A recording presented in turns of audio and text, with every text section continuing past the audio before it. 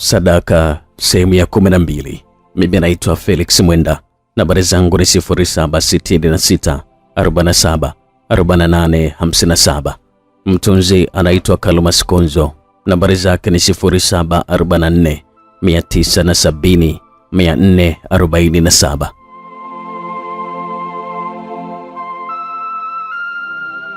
Sehemu iliyopita tulisha pale ambapo mzee Madale wakati yuko njiani alipokea taarifa za tatizo nyumbani kwake. Bado alikuwa anajiuliza ni tatizo gani kilichoendelea. Karibu sana katika sehemu hii ya 12.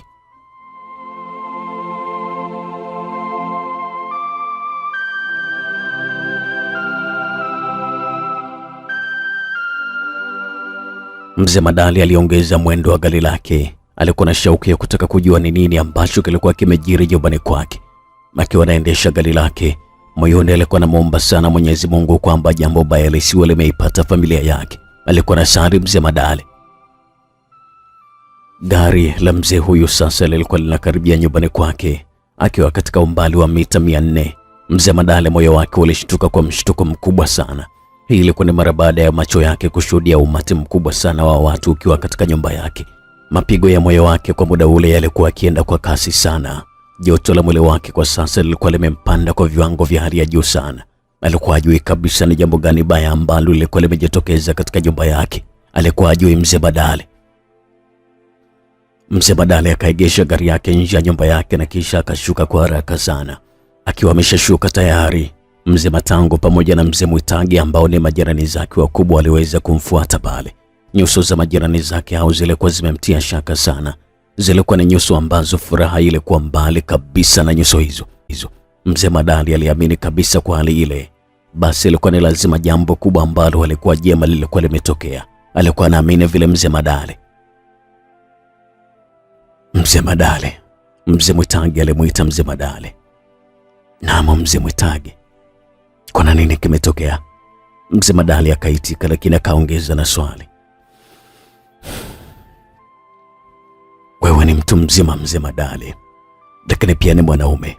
Unapaswa kujipa moyo na kujikaza kiume. Nashindwa kukuelewa ndugu yangu. Mbona unanitisha? Kuna nini ambacho kimetokea?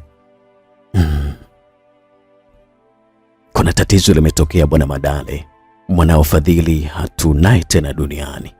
Oh, maskini mwanangu. Mzee Madale alipiga kelele na kisha alidondoka chini na kupoteza kabisa fahamu. Watu walianza kumpa huduma ya kwanza. Hali ya mzee Madale ilikuwa inaonekana ikizidi kuwa mbaya zaidi. Haraka mzee Madale alichukuliwa na gari na kukimbizwa hospitali kwa ajili ya kuokoa maisha yake, na baada ya kupewa huduma kwa muda wa masaa mawili, mzee Madale alizinduka kutoka katika lindi lile zito la giza la kupoteza fahamu ambapo alikuwa amepotea. Baada ya kuzinduka alikuwa kama amechanganyikiwa. Alipokumbuka taarifa aliyokuwa amepokea punde tu kabla hajapoteza fahamu, alianza kupiga kelele za uchungu akimlilia mwanae kipenzi. Alikuwa analia mzee Madale.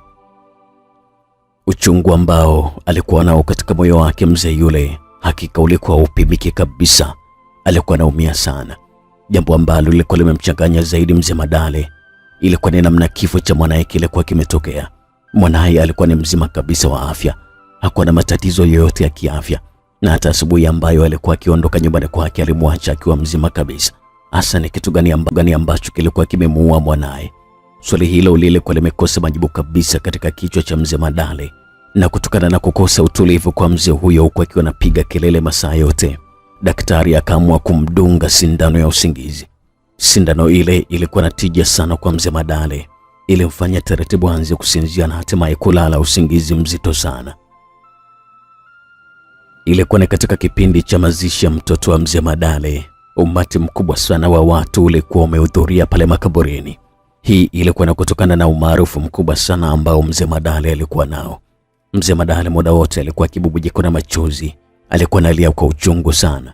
Hakuwa anaamini kabisa kama alikuwa amempoteza mwanae katika mazingira ya kutatanisha sana.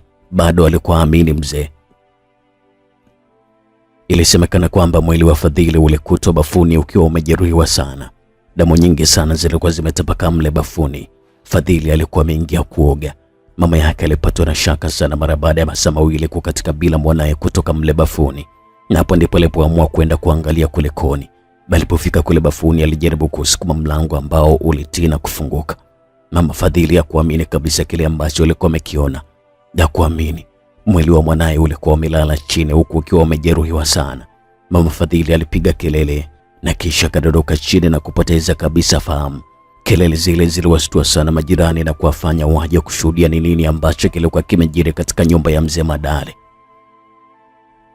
Majirani walifika na kushuhudia kile ambacho kilikuwa kimejiri kwa maajabu sana. Na pale makaburini, Mama Fadhili, mke wa mzee Madale, alikuwa hajiwezi kabisa. Alikuwa analia kwa uchungu sana kutokana na kifo cha mwanae kipenzi. Tukio la kifo cha mwanae lilikuwa ni tukio ambalo lilikuwa limeacha donda kubwa sana katika moyo wa mke wa mzee Madale. Alikuwa hajui kabisa na kwa jinsi gani kidonda kile katika moyo wake kingeweza kupona. Kilichoendelea tukutane katika sehemu ya 13. Mimi naitwa Felix Mwenda.